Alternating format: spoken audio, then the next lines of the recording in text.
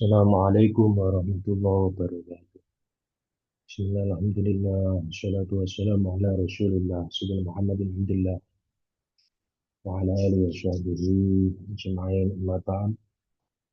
Baik, kita akan mereview satu kitab berjudul Al-Qawaidul Usuliyah wal Fiqhiyah Al-Muta'alliqah bil Muslimin wa Ghairil Muslimin.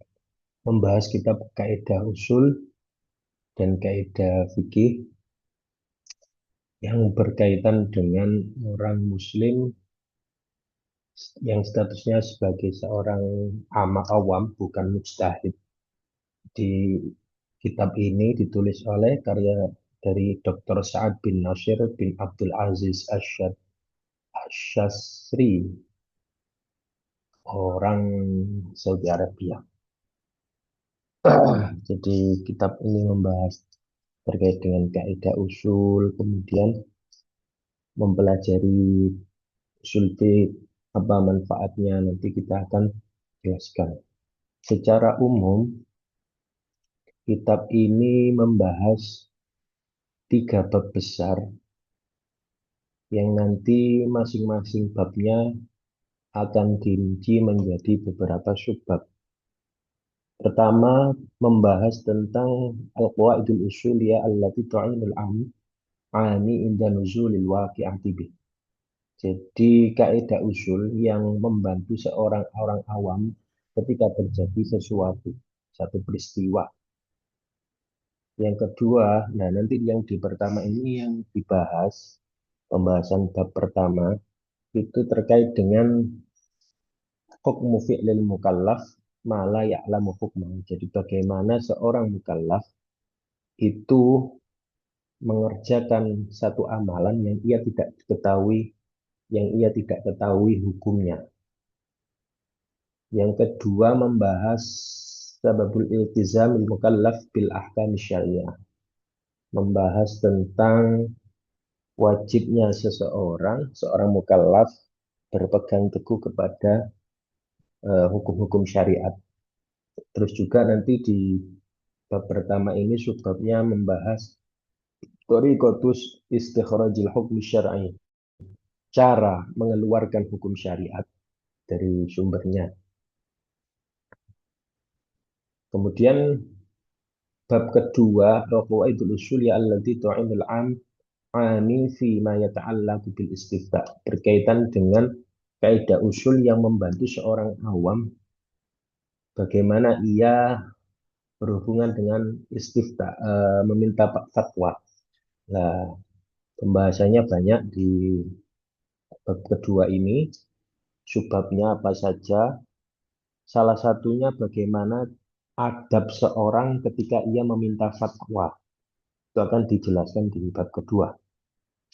Bagaimana ia ketika bertanya kepada seorang mufti, seorang mujtahid, seorang alim, itu adabnya bagaimana? Nah, nanti akan disinggung di bab kedua. Yang ketiga, al-qawaidul fiqhiyah wal usuliyah al-ukhra allati laha ta'alluq mubashir bil ami. Jadi membahas kaidah fikih dan kaidah usul yang ia bisa aplikatif, yang bisa dirasakan langsung ketika seorang awam mempelajari kaidah tersebut. Ini secara umum kitab ini terbagi menjadi tiga bab besar. Nah, kitab ini tidak tebal, hanya sekitar berapa ini? 60-an halaman. Jadi memang pembahasannya ringkas-ringkas.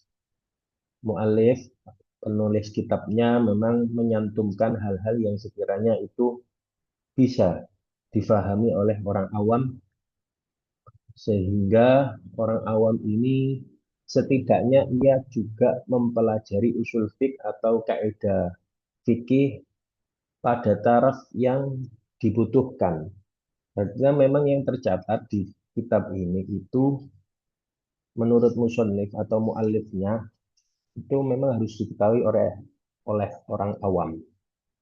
Maka dari itu, setidaknya kita bisa mengambil manfaat dari beberapa bab yang ditulis oleh mu'allif ini agar mendapatkan pengetahuan baru terkait dengan kaidah usul fiqh dan kaidah fikih.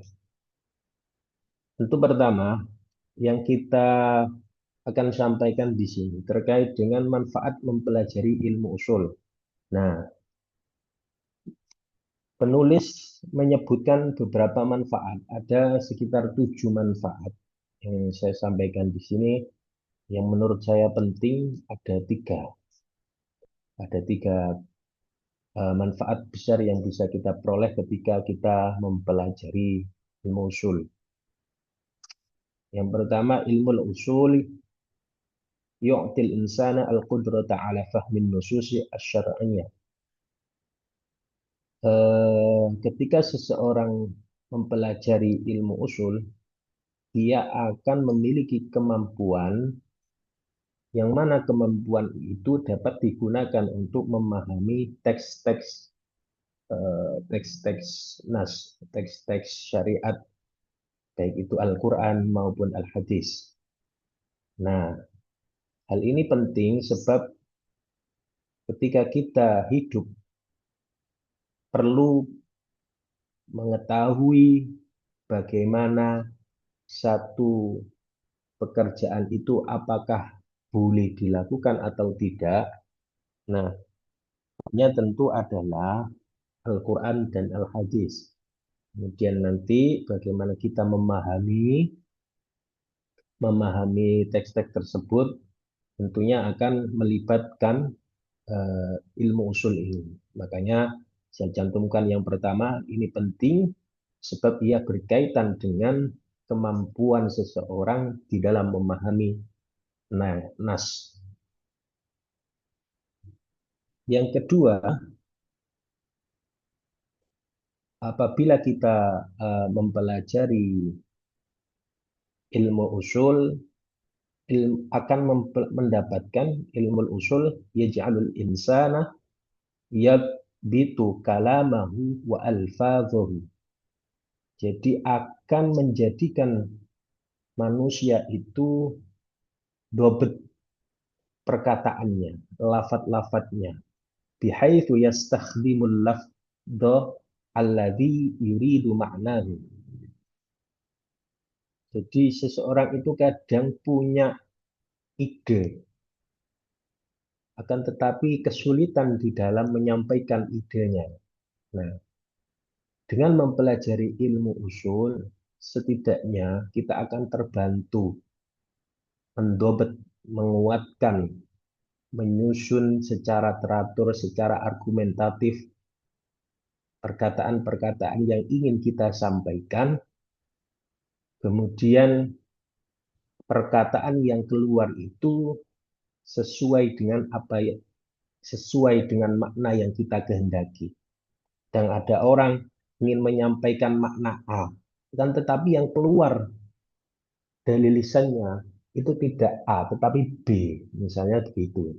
Nah, ilmu usul ini mampu menjadikan perkataan seseorang, kemudian lafaz-lafaznya itu jelas, pilihan katanya itu jelas.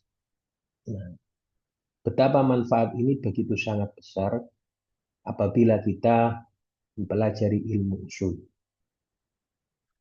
Memang bagi orang yang dia berkecimpung di dalam ilmu-ilmu usul, ilmu-ilmu dasar, dia menancap ilmu usul itu kan ibarat fondasi dari setiap bangunan. Kita membangun sesuatu, membangun rumah, kalau fondasinya dia kuat, maka rumah itu akan berdiri kokoh. Itu pula jika kita mempelajari ilmu usul, kita memiliki pengetahuan usul dasar yang begitu kuat, maka apa yang keluar dari lisan kita, ide-ide, kemudian pendapat-pendapat dan lain sebagainya itu akan dinilai kuat, argumentatif. Terus yang ketiga, ketika seorang mempelajari ilmu usul itu akan ilmu usul yu'arriful insana kaifa yas'alul ulama wa yu'arrifuhu man hum alladhi yas'aluhum. Nah, ini penting. Kita juga bisa mendapatkan manfaat apabila kita mempelajari ilmu usul ini, kita bisa tahu, mengetahui bagaimana cara kita bertanya kepada seorang yang lebih tahu. Kita bisa membedakan, oh ini orang alim, ini bukan orang alim. Dan kita bisa eh, mengetahui siapa yang layak untuk ditanya atau tidak tidak layak. Ini tiga manfaat besar yang saya kira bisa kita dapatkan ketika kita mempelajari ilmu usul. Kemudian selanjutnya yang dibahas adalah terkait dengan hukmu fi'lil mukallaf ma la ya'lamu hukmahu. Judul besarnya seperti itu. Kemudian simpulan pada halaman ini atau subbab ini kita bisa mengambil ilmu bahwa seseorang itu wajib mengetahui hukum dari satu pekerjaan yang ingin ia kerjakan. Karena itu agar tujuannya ketika dia mengerjakan satu amalan itu tidak terjatuh pada keharaman. Disebutkan qarrarul ulama annahu yajibu 'alal insan ma'rifatu hukmi ayyi fi'lin. Nah, jadi mengetahui setiap hukum dari pekerjaan yang ia ingin kerjakan. Qabla ayyaqdima alaih, sebelum dia mendatangi atau mengerjakan pekerjaan tersebut. Li'alla yakuna hadzal fi'lu haraman. Nah, barangkali kalau pekerjaan itu ternyata haram, maka kita akan terjatuh kepada keharaman. Waqad hukiya al-ijma'u ala tahrim fi'lil mukallaf ma la ya'lamu hukmahu. Bahkan pada sampai taraf ijma, artinya telah terjadi konsensus kesepakatan antar ulama bahwa haram hukumnya tidak boleh kita melakukan satu pekerjaan yang kita tidak ketahui hukum dari pekerjaan tersebut.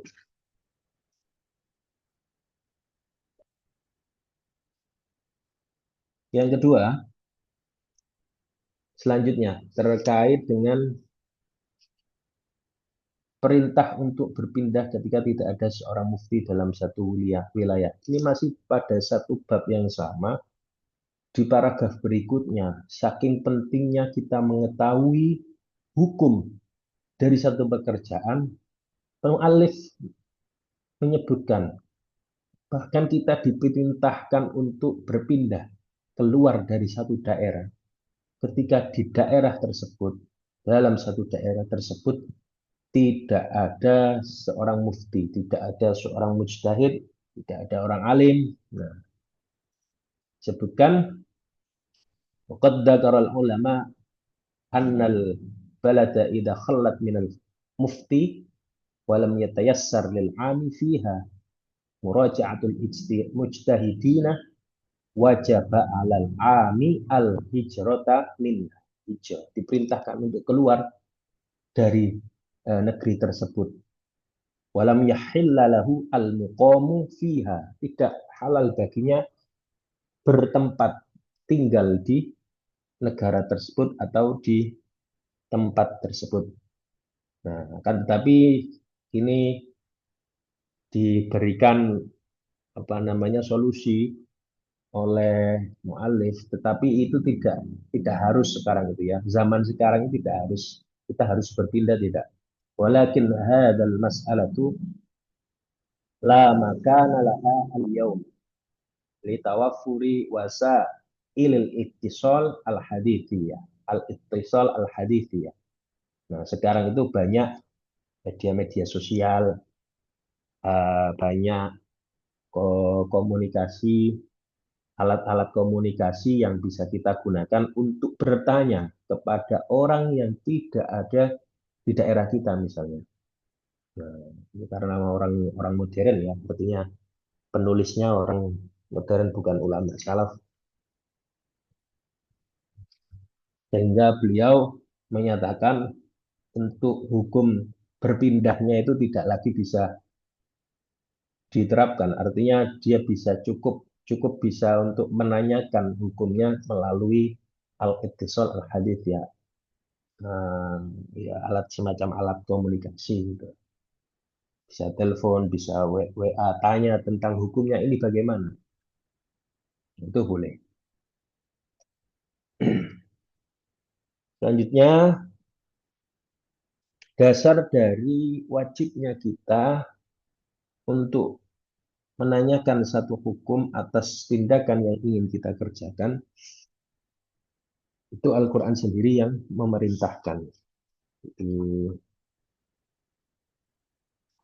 pertama, ada ayat fas'alu ahlal dzikri in kuntum la ta'lamun. Ahlal dzikri ay ahlal ilmi. Yang dimaksud dengan ahli dzikir adalah para orang yang memiliki ilmu. Fa umiroman la ilma indahu bisu'ali ahli dzikr. Orang-orang yang tidak tahu tentang hukum itu diperintahkan untuk bertanya kepada orang yang tahu, yang lebih tahu. Kemudian ada ayat juga falaula nafara min kulli firqatin minhum ta'ifatul liyatafaqahu fid din wa yunziru qaumahum idza raja'u ilaihim la'allahum yahdharun. Nah, tidaklah semua, maksudnya tidak semua orang itu kelompok dia pergi berperang, pergi menuju medan perang. Tapi ada orang sebagian dari mereka yang tafaqahu fid din, yang mempelajari agama, memperdalam agama agar apa? Mereka dapat memberikan inzar, peringatan bagi orang-orang yang ia kembali dari medan perang.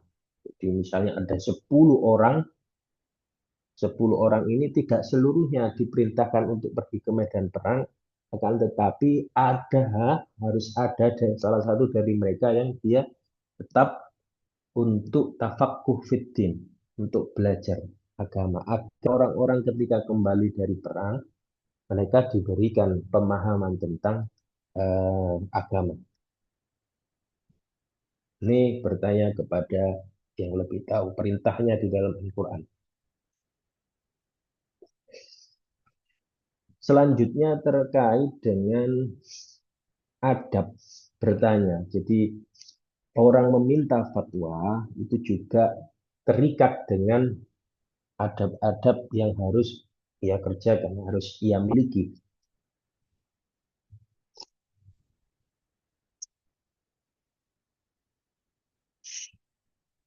Pertama, yang bisa kita ambil keterangannya adalah Allah yas'alu Allah yas'alal mufti muftiya hala kaunil mufti fi hali dojirin au hammin au wadabin au nahwi dzalik.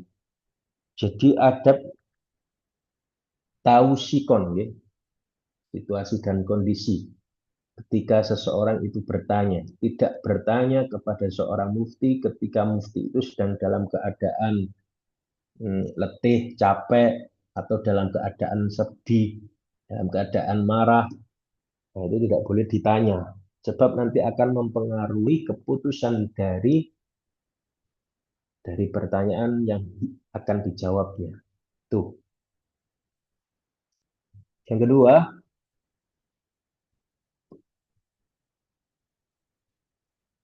dzakara ba'dul ulama annahu la yanbaghi lil alim su'alul alim an dalili an dalilin fatwahu fi nafsi majlisil fatwa. Jadi tidak boleh bertanya terkait dalilnya apa atas fatwa yang telah dikeluarkan. Alasannya kenapa? Li alla yakuna dzalika adama thiqatin biqaulihi. Seolah-olah kita itu tidak percaya dengan perkataan seorang mufti atau mujtahid. Jadi ada orang datang bertanya tentang satu hukum, satu masalah. Nah, maka ketika dia bertanya, dia tidak boleh bertanya terkait dengan dalilnya apa. Dia hanya sudah tahu hukumnya boleh, haram, halal. Nah, seakan-akan kita tidak percaya dengan ada mufiqatin, tidak percaya dengan apa yang difikirkan, diijtihadkan oleh seorang mujtahid atau seorang mufti. Itu ya. Ini penting untuk kita apa namanya? Untuk kita cerna baik-baik dan kita katakan di era sekarang ini. Era sekarang ini di mana setiap orang itu menuntut adanya dalil. Nah, soalnya tujuannya apa? Sebab orang awam, kalau statusnya sebagai seorang awam, sekalipun dia diberi dalil oleh seorang mufti, dia tidak akan paham dalil tersebut. Katakanlah dia diberi dalil. Nah, satu ayat misalnya. Nah, bagaimana dia bisa memahami ayat tersebut itu muskilah ya bagi seorang seorang awam. Makanya nah ini disebutkan wali annal amikot lah apa namanya la yafhamu ad-dalila aw wajhat dalil aw wajhal istidlal bi wajah istidlal sisi untuk dibuat dalil. Jadi ayat ini misalnya dari sisi mananya itu yang menunjukkan bahwa satu pekerjaan itu boleh. Ya, sudah diberitahu ya, ini ayatnya. Nah, kira-kira sisi mana dari ayat ini yang menunjukkan bahwa satu pekerjaan itu dia boleh lakukan atau dia tidak boleh lakukan. Nah, padahal sudah dikasih dalil. Makanya ada larangan untuk bertanya dalil kepada seorang mujtahid atau seorang mufti. Tujuannya itu tadi, supaya tidak membingungkan orang lain. Orang awam hanya cukup tahu bagaimana hukum dari satu pekerjaan. Ini boleh apa tidak? Boleh, silahkan kerjakan. Ini boleh apa tidak? Tidak boleh, jangan dikerja. Nah, itu.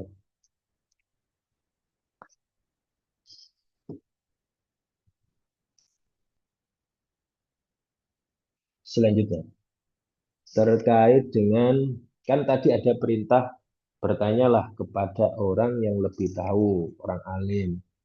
Nah, kita kan tidak tahu siapa yang kira-kira lantas untuk kita jadikan sandaran atas pertanyaan kita.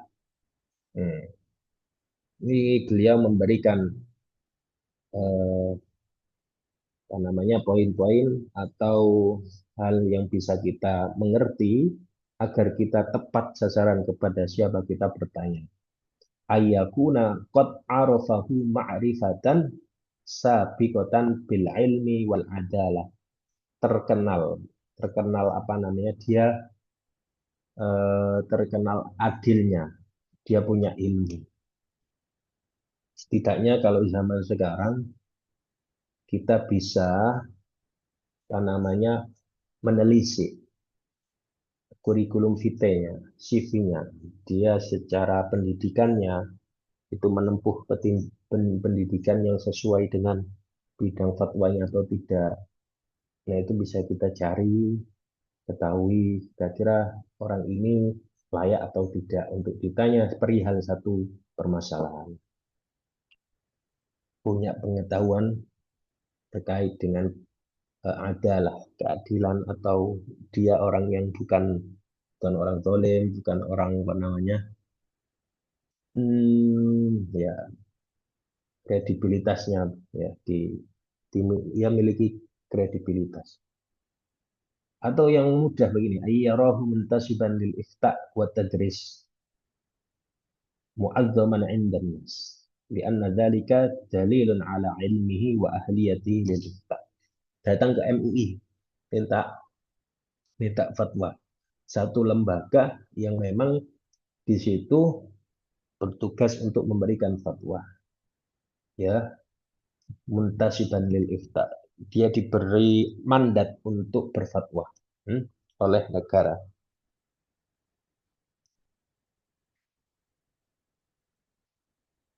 Sebab apa? Mandat atau tanggung jawab untuk berfatwa ketika sudah diberikan itu artinya dalil atau alamat atau penunjuk bahwa orang tersebut memiliki ilmu atau keahlian di dalam berfatwa. Ayastafidu 'indan nas annahu ahlun lil futya au yatawatur. Jadi dia terkenal ya memiliki kemampuan banyak orang yang cerita ya mutawatir banyak orang menceritakan tentang keahlian seorang si A misalnya. Oh dia ahli ini, dia ahli ini. Tidak satu orang tapi banyak orang itu eh, membuktikan bahwa dia seorang ahli fatwa, seorang ahli di bidang ini. Artinya dapat ke pengakuan dari orang lain, orang banyak. Ini kepada siapa harus bertanya. Selanjutnya terkait mufti membatalkan fatwanya yang pernah begini. Ada kasus misalnya seorang mufti atau mujtahid itu kadangkala menganulir fatwa yang pertama. Ada orang bertanya, kemudian oleh seorang mufti dia jawab, oh permasalahan ini begini. Sudah. Nah, orang itu kembali. Lalu beberapa waktu kemudian, mufti ini menganulir pendapatnya yang pertama. Oh, yang kemarin tidak begitu, tapi begini. Nah, bagaimana sikapnya? Ini ditafsir dirinci. Yang pertama, ayyakuna qad amila bil ijtihadi al awal. Ketika seseorang itu telah mengamalkan ijtihad yang pertama. Fahina idin yajuzu lil ami al istimraru alal ijtihadil awal. Dia boleh meneruskan mengamalkan fatwa dari mujtahid yang pertama kali. Artinya tidak perlu mengikuti fatwa yang kedua. Wala yajibu alaihi al-amal bil ijtihadil jadid. Nah, ini ketika seseorang itu sudah mengamalkan fatwanya. Ya. Orang datang bertanya, kemudian dijawab oleh mufti, kemudian dia melakukan fatwanya tadi. Nah, lantas beberapa waktu kemudian, si mufti ini menganulir pendapatnya. Nah, pilihannya bagi orang apa namanya yang sudah terlanjur mengamalkan itu boleh al-istimror, tetap menjalankan ijtihadnya yang pertama. Sebab apa? Lianna minal qawaidil muqarrarah annal ijtihada la yunqadu bil ijtihad. Nah, sebab ada kaidah di dalam apa namanya kaidah yang muqarrar itu menyebutkan satu ijtihad tidak bisa dibatalkan dengan ijtihad lainnya. Ya, tidak berarti ijtihad pertama itu lebih lemah daripada ijtihad yang kedua. Ada kaidah seperti itu. Sebab nanti akan ada pembahasan, misalnya keputusan seorang mujtahid atau hakim atau qadhi itu bisa teranulir. terbatalkan, tidak bisa diterapkan apabila yang pertama bertentangan dengan nas, bertentangan dengan yang nas yang qat'i yustubut wad dilalah. Seperti contohnya ketika ada seorang hakim mengabsahkan, mengesahkan basuhan tangan tidak sampai siku-siku saat wudhu itu. Nah itu bisa, putusan itu bisa tidak berlaku karena apa? Dia bertentangan dengan nas yang disampaikan di dalam ayat wudhu itu. Fahsilu wujuhakum wa aydiyakum ilal marofik. Nah, ada kan kata ilal marofik, sampai siku. Nah, ayatnya bilang ilal marofik, sampai siku. Kok ada keputusan hakim atau keputusan mujtahid, pendapat mujtahid yang itu tidak menyatakan sampai siku, maka itu boleh dianulir, dibatalkan boleh. Sebab dia bertentangan dengan nas yang qat'i yutsabut wad. Yang kedua, keputusan seorang hakim atau mufti atau mujtahid itu boleh dianulir, dibatalkan apabila dia menyalahi ijma. Misalnya ada hakim memutuskan bahwa sholat 5 waktu tidak wajib. Nah ini bertentangan dengan ijma'ul ulama. Memang eh, perintah sholat itu dari Quran. Tetapi memahami bahwa al-amru lil wujub itu adalah ijma'. Misalnya aqimus sholah, kata aqim di situ adalah fi'il amar yang menunjukkan atas kewajiban. Nah, itu ijma'ul ulama. Nomor dua tadi ya, bertentangan dengan ijma'. Terus juga ketika bertentangan dengan ijtihad empat madhab. Ya, apabila keputusan seorang hakim bertentangan dengan pendapat empat madhab. Contoh misalnya, eh, empat imam madhab ini menyatakan bahwa melakukan takbir 4 kali di dalam sholat jenazah itu adalah ketentuan di dalam sholat jenazah.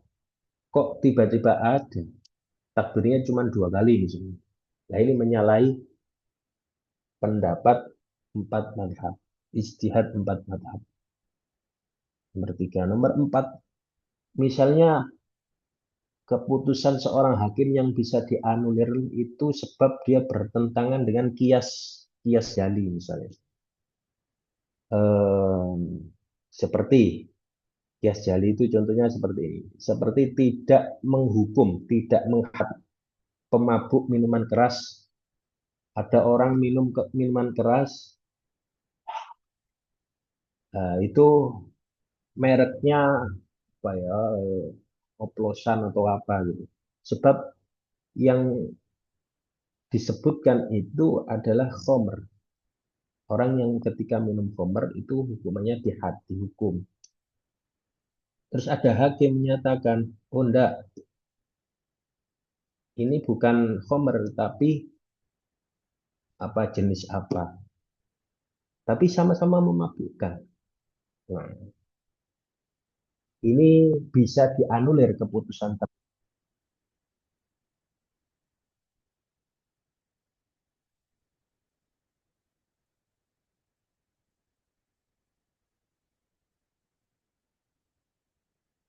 dibiaskan kepada khomer. Khomer itu terbuat dari nabil, nabil perasan anggur. Kok ada satu minuman tapi sama-sama memabukkan, tidak terbuat dari perasan anggur, ya tetap saja sama.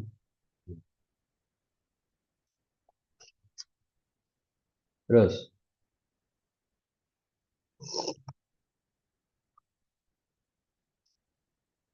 selanjutnya mengenai, sikap orang awam ketika terjadi perbedaan fatwa.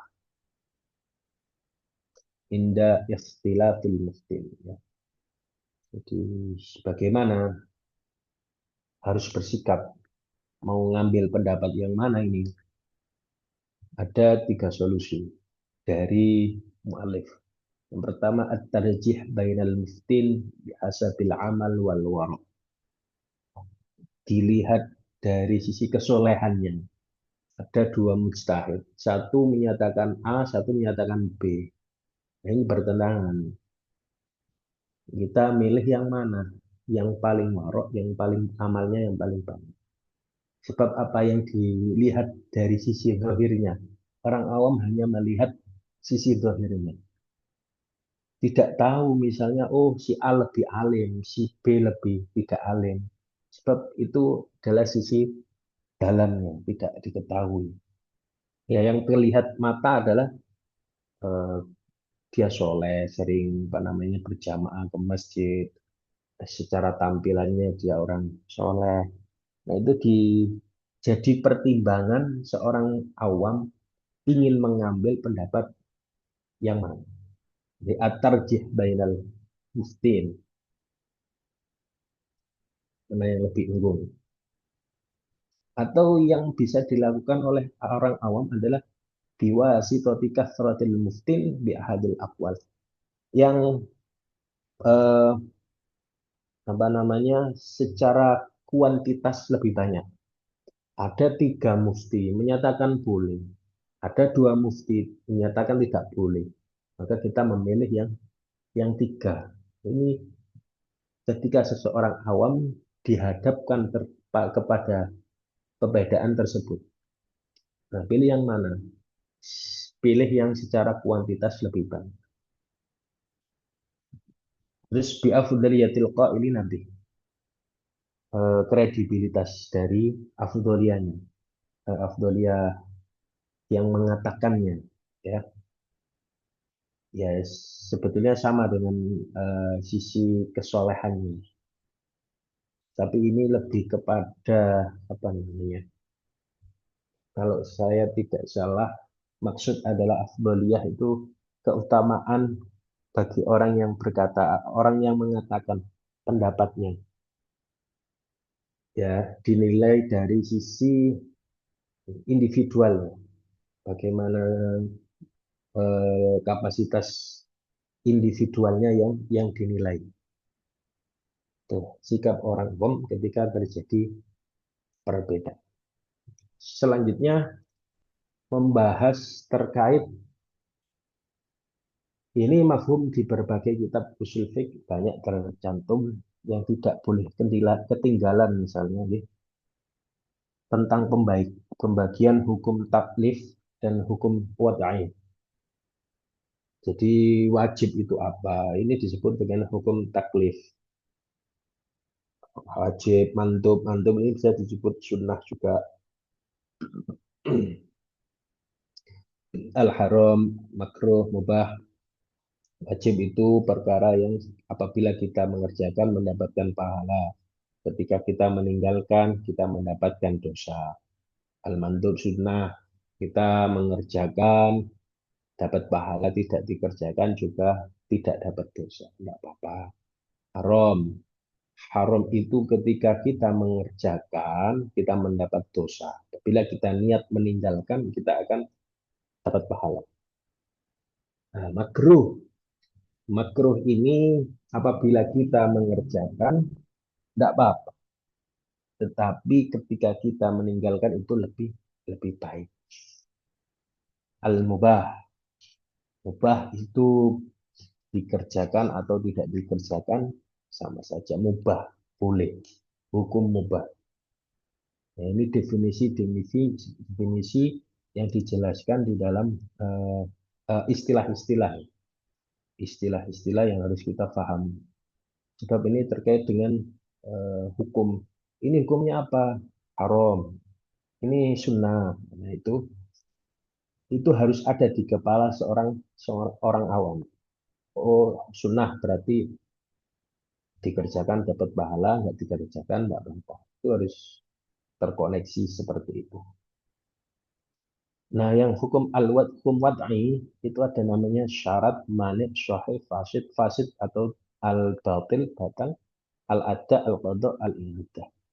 Syarat ini beliau musannif cuma menyebutkan contoh. Sebab apa? Akan lebih mudah difahami ketika kita mengetahui contohnya daripada hanya sekedar istilah.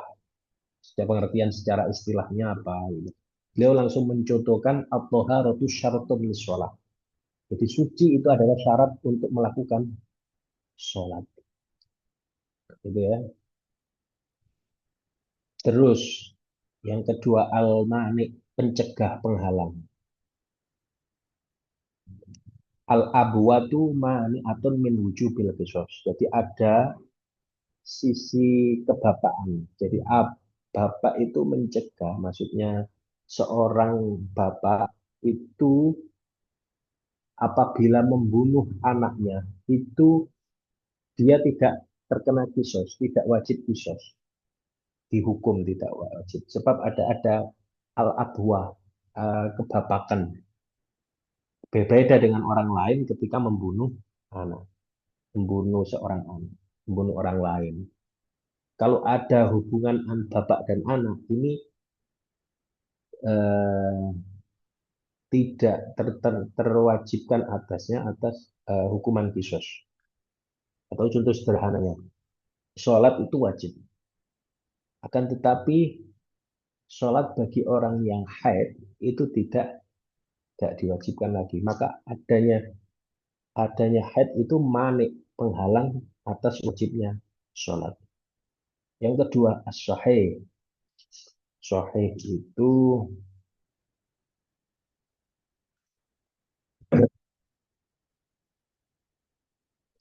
sahih disebutkan eh, contohnya misalnya sholat yang apabila syarat-syaratnya terpenuhi, rukun-rukunnya terpenuhi, wajib-wajibnya terpenuhi, maka amalan sholat tersebut sahih, sah, dan tidak apa namanya tidak ada tuntutan untuk mengulangnya, tidak ada tuntutan untuk mengulangi sholat tersebut. Al-fasid, al-batil sama batal, ya. Kebalikannya, kalau kita tidak terpenuhi salah satu dari syarat rukun dan wajibnya, maka satu amalan atau sholat tersebut tidak sah atau batal atau fasid, rusak. Sholatu ghairil mutawaddi amidan ma'a wujudil ma' wal qudrah halal isti'mal. Contohnya sholat bagi orang yang tidak berwudu secara sengaja padahal di saat yang bersamaan ada air dan dia kudrah memiliki kemampuan tidak udur untuk menggunakan air tersebut. Nah, maka sholat tersebut dinamakan sholat yang batil karena tidak melakukan wudhu. Terus al-ada wa huwa ma fu'ila fi waqtihi al-muqaddari syar'an.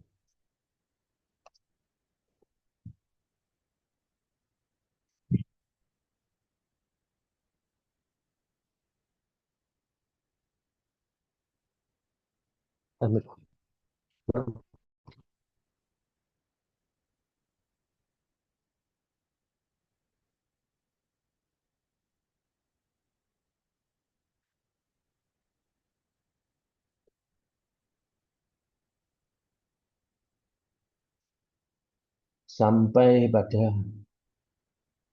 kodok, al-kodok,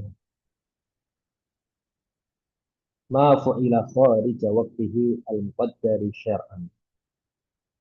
Sesuatu yang dikerjakan, suatu pekerjaan yang dikerjakan di luar waktunya. Misalnya maghrib, waktunya sudah habis. Nah, kita belum sholat maghrib. Bentar, gas aman.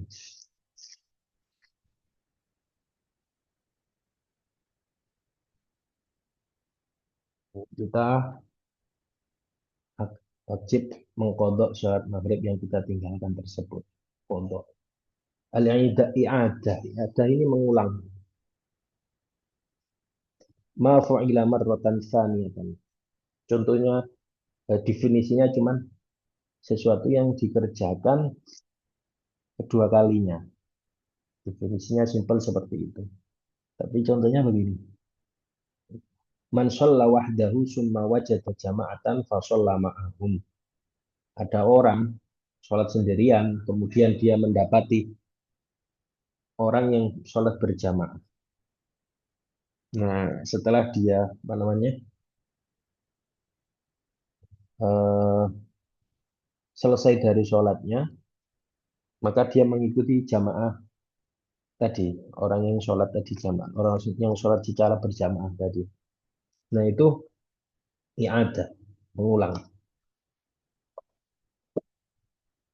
Au shalla ala ghairi taharatin summa shallaha bit taharah. Fasholatu itu takunu i'adatan. Contoh, orang yang pertama misalnya sholatnya nggak pakai bersuci, maka nggak sah kan, fasid.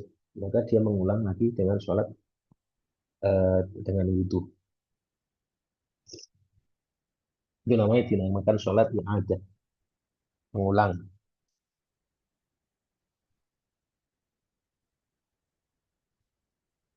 Contoh lagi misalnya i'adah itu sholat li hormatil waqt. Orang dalam perjalanan,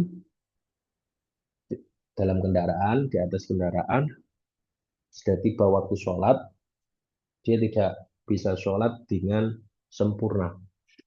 Maka dia sholat li hormatil waktu. Sholat ya dengan bagaimana yang dia bisa. Sekalipun tidak menghadap kiblat, tidak bisa bersuci, terus kemudian nanti ketika sudah tiba di satu tempatnya yang tujuannya, dia mengajak mengulang sholatnya lagi.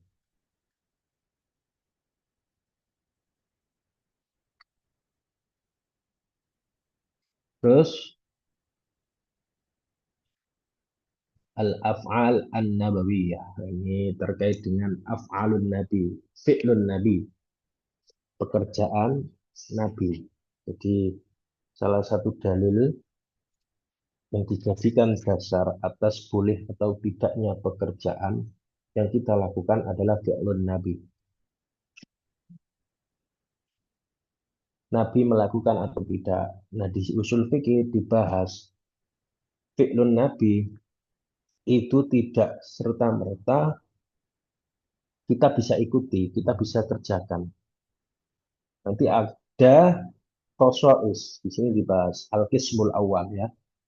Kita tidak boleh melakukannya seperti hanya Nabi melakukan. Itu namanya khususiyah. Wahai allati ukhtussa bihan nabi, yang dikhususkan kepada Nabi mithlu ziwaji bitis'in. Nah, Nabi Muhammad itu menikah sampai 9. 9. Nah, kita hanya boleh 4 umatnya. Fahadal kismu la yajuzul al-iqtida'u bi fi. Ini tidak boleh diikuti. Sebab itu khosois, kekhususan bagi Nabi. Banyak khususnya yang berlaku untuk Nabi. Ini tidak boleh kita lakukan. Jadi tidak mesti ya sesuatu hal yang dikerjakan oleh Nabi itu menjadi dalil atas bolehnya satu amalan pekerjaan.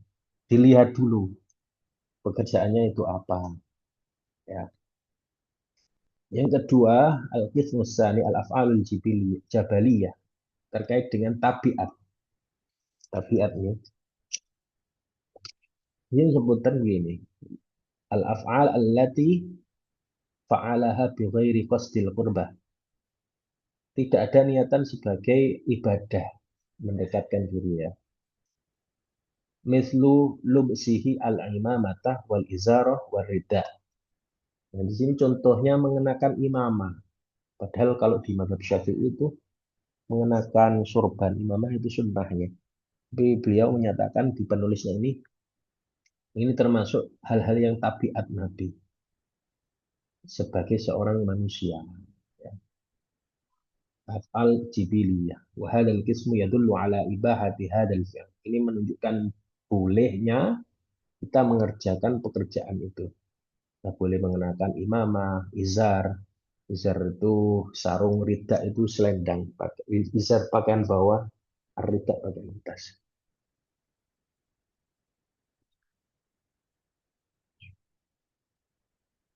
لكن لا يشرع الاقتداء بالنبي في هذا الأفعال لأن النبي لم يفعلها taqarruban lillah. Jadi Nabi itu mengenakan itu bukan dalam rangka taqarrub ilallah, bukan dalam rangka beribadah.